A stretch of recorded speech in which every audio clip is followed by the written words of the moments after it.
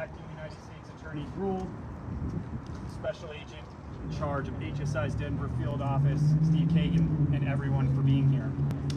My name is Yahya. I'm the head of the Department of Justice's Criminal Division.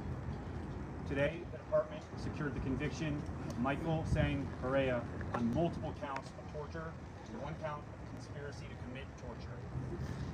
This verdict underscores the Justice Department's determination to protect victims and prevent perpetrators of torture and other heinous crimes and human rights violations abroad from seeking a new life here in America. You cannot hide here. We can and will prosecute you if you come to the United States after committing atrocities abroad. This country will not be a safe haven for human rights violators. At the outset, I want to express my admiration and gratitude for the strength and the courage of the victim witnesses who traveled all the way from Africa to a courtroom in Denver, Colorado to tell the jury what Correa did and what he and his co-conspirators set out to do. Reliving those horrific crimes and facing their tormentor in person, again, takes tremendous bravery. It must have been painful and difficult. We thank them for enduring this ordeal in the interests of justice. I also want to express my appreciation and commend the prosecutors from the Criminal Division's Human Rights and Special Prosecution Section, Assistant United States Attorneys from the District of Colorado, and agents from Homeland Security Investigations for relentlessly pursuing this case and ensuring that justice was done. The evidence presented at trial exposed the depravity of the torture Correa and his co-conspirators engaged in 2006, prior to Correa's arrival in the United States, where he sought to escape accountability for his crimes, hiding here in Colorado. The government's evidence showed that Correa, along with his co-conspirators, tortured and abused victims accused of plotting a coup against the regime then in power in the Gambia, a West African country that at the time was under the regime of President Yahya Jammeh. Correa belonged to a special unit of the president's security forces known as the Junglers, who brutally cracked down on what the regime claimed was a coup plot. Trial testimony revealed the direct role Correa played in that torture. With the intent to cause severe pain and suffering, Correa and his co-conspirators dripped hot, molten plastic onto the bare skin of one of their victims. They put plastic bags over their victim's head, restricting breathing. One of Correa's co-conspirators put the barrel of a pistol into the mouth of a victim. They threatened victims with knives and stabbed one of them. They electrocuted their victims. And they extinguished cigarettes on their skin, rubbed sand in their eyes.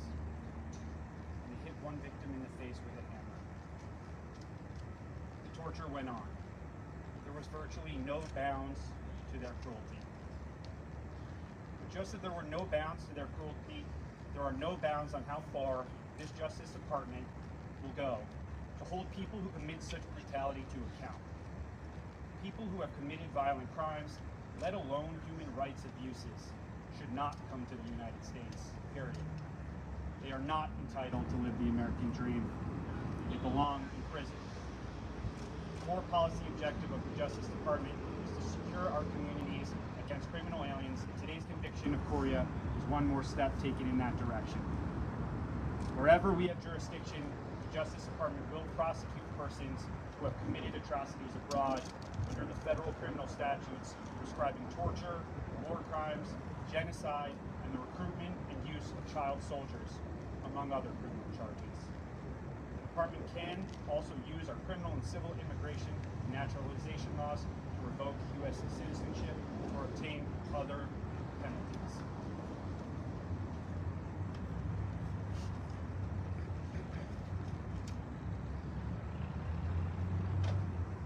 My thanks go to the Department's prosecutors, paralegals, historians, analysts, and others who have worked on the Correa case with impressive determination and skill.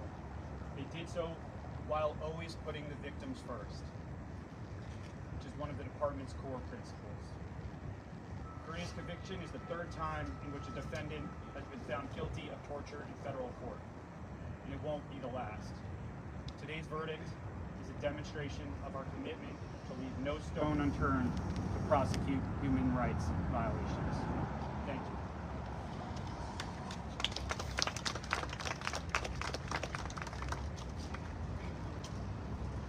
Thank you, Mr. Galliotti. Mr. Kagan.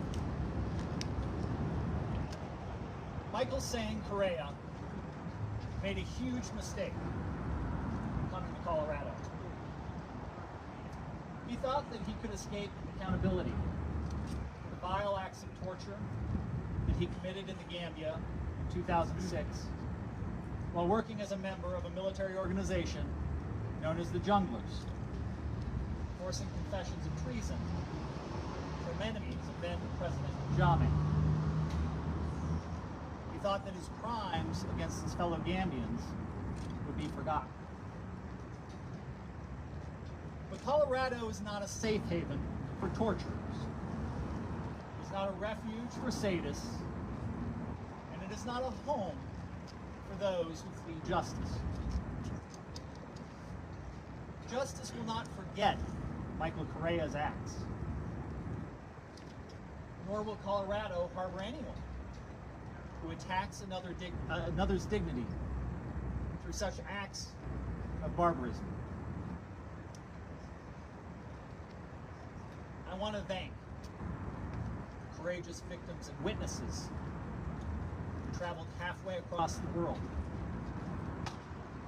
to tell their story, to tell the story of others who suffered at the hands of Mr. Correa and the Junglers. Thank you. I want to thank the jury of everyday Coloradans who listened to the evidence. Evidence that was at times painful to hear, and who rendered their verdict based on that evidence and the governing law presented to them. They have done a great service to the state of Colorado and to the world by offering their time and attention to such an important matter. I want to thank the trial team of Melissa Heineman and Laura Kramer-Babbitt from our own U.S. Attorney's Office here in Colorado, Christina Giffen and Marie Ziza of DOJ's Human Rights and Special Prosecutions Section for your tireless work on this case. Thank you. And finally, I want to thank our agency partners who helped with the investigation of this case. In particular, the Office of Homeland Security Investigations. This case, one of a first of its kind, is years in the making. And HSI's dedication to the investigation of Mr. Correa is worthy of praise. Today, those years of hard work led to 12 jurors finding Michael Correa guilty of conspiring to engage in torture and of torturing 5 of his fellow Gambians. That guilty verdict is a rebuke of the rule of the Junglers and a resounding affirmation of the rule of law for the people of the Gambia. Thank you.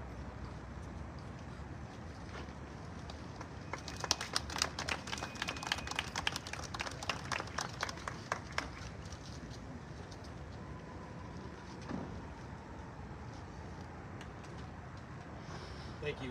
And I want to really kind of foot stomp what both of these two gentlemen have said, which is this is a precedent-setting case.